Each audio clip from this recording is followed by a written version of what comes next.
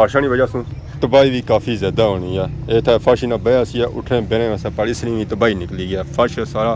त्रुटी गया है। नीचों पानी निकला ना निकला पर कि बारिशों के पानी एक खूह फुल हो गया। अद्धा अद्धा पानी ना कढ़िया रोड तो इन्ना पूरी नवाली हुई है पर खूह पानी अजा भी नहीं खत्म होया। एक कितने फुट पानी सी गया तकरीबन इसी पानी ऐसे 5 फुट इधर तक पानी।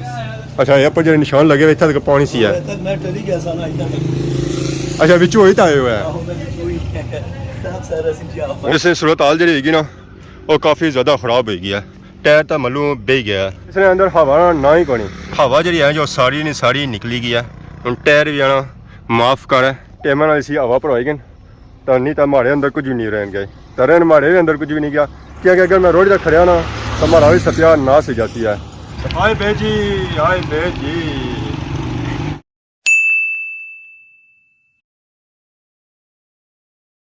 जी मारे दोस्तों अस्सलाम वालेकुम। उम्मीद करना है सारे ठीक ठाक हो सो है खुशबाश सो और अल्लाह ताला ने हिफ्ज़ो अमान च सो।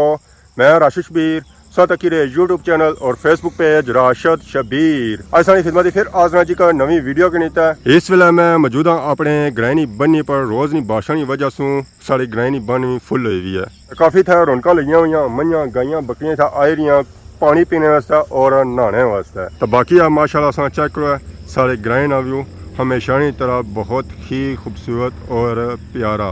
बारिश वाला मौसम बनता है तो फिर भी असा आई गए हैं बाहर अपना मोटरसाइकिल की नीत है। अपना मौसम तक तो पता चला कि बारिश बस पहुंची ही पहुंची है। ये बारिश असा ही बाहर फिरने का मौका देसी या ना देसी इस गल का कोई नहीं पता। सियाख रोडा पर मोटरसाइकिल नाल पर मोटरसाइकिल हमारा साथ छोड़ी गया क्योंकि हो ही गया जी पैंचर। हुण इस जो असें इर्द गिर्द कोई शाप नज़र को नहीं छनी पी है।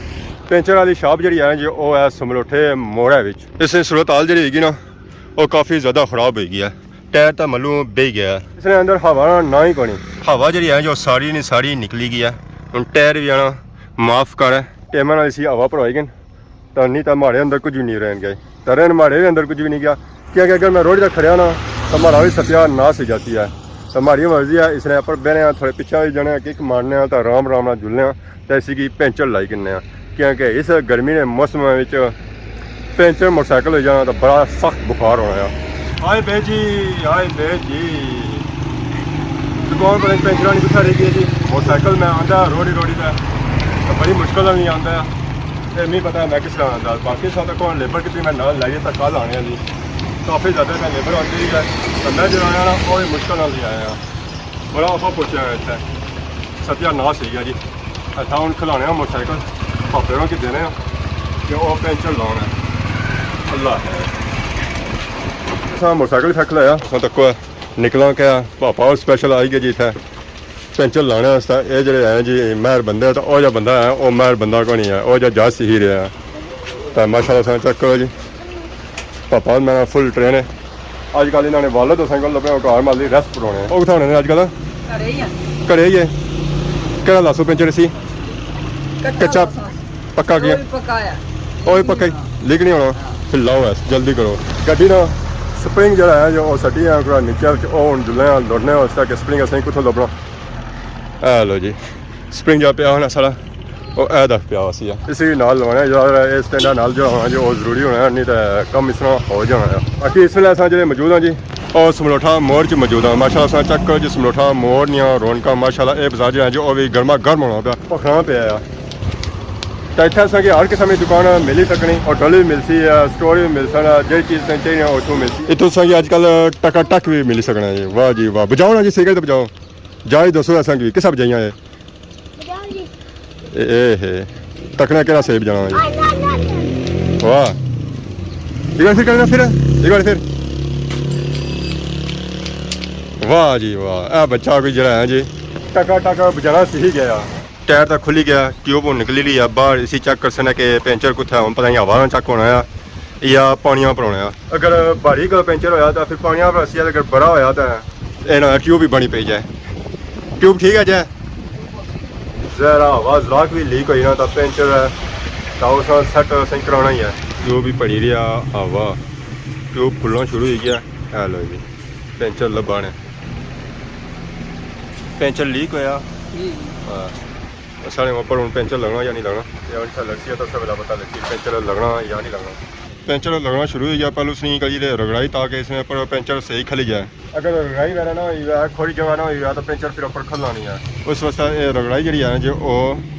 बहुत ज़रूरी है। तो फाइनली पेंचर शेंचर लगी गया हम टायर जो है जो पैक होना पाया हम आसान निकलता जी अगली साइड ओ पा पार खलता जी रक्शे का तो मैं रखे बेजना डिडियाल सिटी जाया कोई सैर शैर करी छा मोटरसाइकिल में बैठे हैं तो चूर सारा हो गया डिडियाल नहीं जाना तब पहुंचे हम अस इस वेले समरोठा मोर सुबह टाइम इतना भी रौनक ना होने ने बराबरियां आवाम सारी दुकानों वाली है।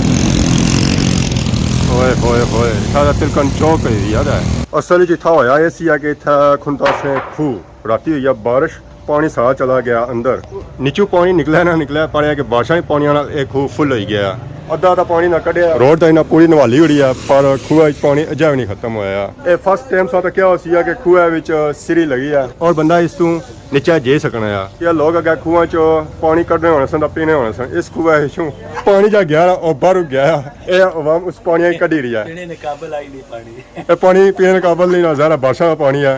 पानी आया अच्छा कम करने से होया जी जी ऐसे कम करने वास्ते आया पानी तो भर गया ना उन्हें अल्लाह खैर करे तो उनको दाई करता 5 फुट में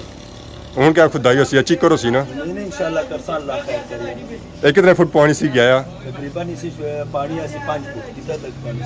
अच्छा यहाँ पर जो निशान लगे हुए इतना तक पानी सी है तक मैं चली गया साला इतना तक अच्छा बिचू वही आए हुए हैं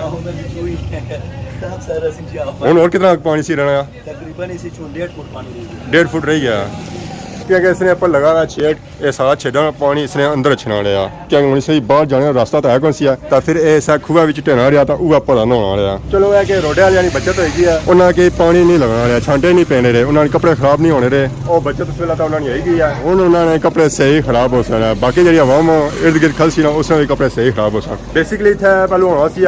होटल इतों शिफ्ट हुई तो अगे गया ठीक है तो हूँ इतना बनी रहा पिज़्ज़ा हट तो बहुत जल्द इतना आवाम की खुशखबरी मिलती है समरोठा मोड़ महीना डेढ़ लगी जाती है या सेटिंग इसने हो रही है और महीने डेढ़ जी आवाम खदमाबाद नहीं और समरोठा मोड़ नहीं और समरोठे नहीं तो कंडोरा नहीं आवाम पिज़्ज़ा खासी है तो उन्हें डिडियाल जाने की जरूरत ही नहीं पैन गया। ज़हर खान क्या हुआ है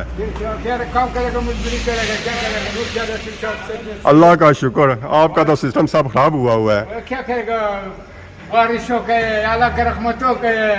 आज रेस्ट कर लेता ना क्या करेगा रेस्ट नहीं होगा काम करेगा मजदूर बंदे 2 चाहिए लाना एक जी पहले चाह था फिर आगे काम और काम शुरू करे अवल तेल चाहिए इधर तो चिकर रहता है चिकन हो गया नेक जी सफाई करेगा बंदों का खिदमत करेगा खिदमतदार बंदे काम करेगा। अभी बारिश बना हुआ है ना मलक है अभी अभी बारिश बनती है खान साहब ए ना साफ करो तो आपको फिर बारिश आ जाए इंतजाम करसा अल्लाह खैर करे इंशाल्लाह तरपाल लासो जी तरपाल लासो चलो तरपाल लाओ तो फिर ठीक है नहीं तो आवाम पार खलती है तकी रही है उन्हें सलाम बढ़ाया फिर सलाम अलैकुम क्या हाल है जी ठीक हो सर ठीक है ना आयो अस्सलाम वालेकुम क्या हाल है जी ठीक हो नसना नहीं है नसाई हुआ सौदा है जरा शर्माने ना दुकान पापे होनी उधर गैस सिलेंडर मिलना है इधर मोटरसाइकिलों का ऑपरेशन किया जाना है इस वेले अस आई गए हैं जी जुमान चौक शहर है मतलब बहुत ही प्यारा माहौल है सुबह ने टाइम पता लगना इतना बारिश हुई है काफ़ी ज़्यादा पानी खलता हुआ है रोड पर वैसे भी पानी खली जाना है अगर थोड़ी ज़्यादा बारिश हो जाए फिर बाजार ही बादशाह में नहाना ही होना है असल में असा कि इतों 2 चीज़ा चाहिए तो अस चीज़ा किन्ने सन वो तो मीं तो कौन चाहिए सन और डॉक्टर साहब रंग चाहिए सन डॉक्टर साहब इतों दही किंदा नाल ही धनिया मिर्चा किसन है पकौड़े बनाने तो पकौड़िया धनिया मिर्चा पैना तो फिर उसका टेस्ट बनना है। डॉक्टर साहब क्या कि नहीं रहे और काम शुरू करी किंदा ने फिर दोबारा स्टार्ट होना रहना तो बंद ही होना रहना हूँ पक्का हूँ नसरा नहीं ना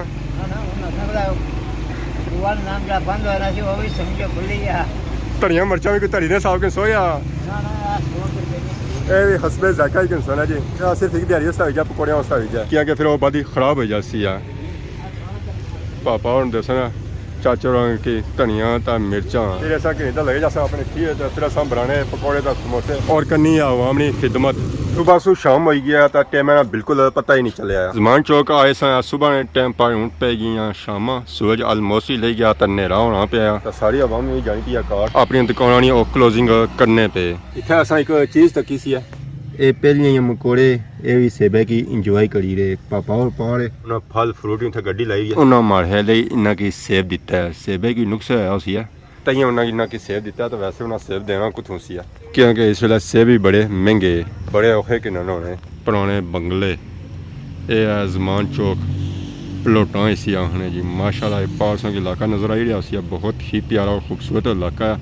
आजकल सीजन चली है बारिशों ने तो बारिशों ने मौसम देखो ना सा इतना गंद ब्लाक काफ़ी ज़्यादा हो जाना है बाकी बारिशों की वजह से तबाही भी काफ़ी ज़्यादा होनी है इतना फर्श ना बह सी उठने बहने वास्ते पानी से भी तबाही निकली गया फर्श सारा त्रुटी गया है जा सु भजा हुआ है इसलिए तो कोई हालत रही गई है एक और बारिश पे ना तो इसलिए मलू तबाही निकली जाती है तो बाकी अज वीडियो अस वेखी है तो मैं भी आना मोटरसाइकिल ही मारा कि जुला टाइम है कार तो बाकी अगर अज वीडियो दौरान किसी किस्म की गलती बताई गया तो माफ़ करें तो बहुत जल्द सारी खिदमत की नवी वीडियो हाजिर हो तब तक दोस्तों इजाज़त फी मान अल्लाह।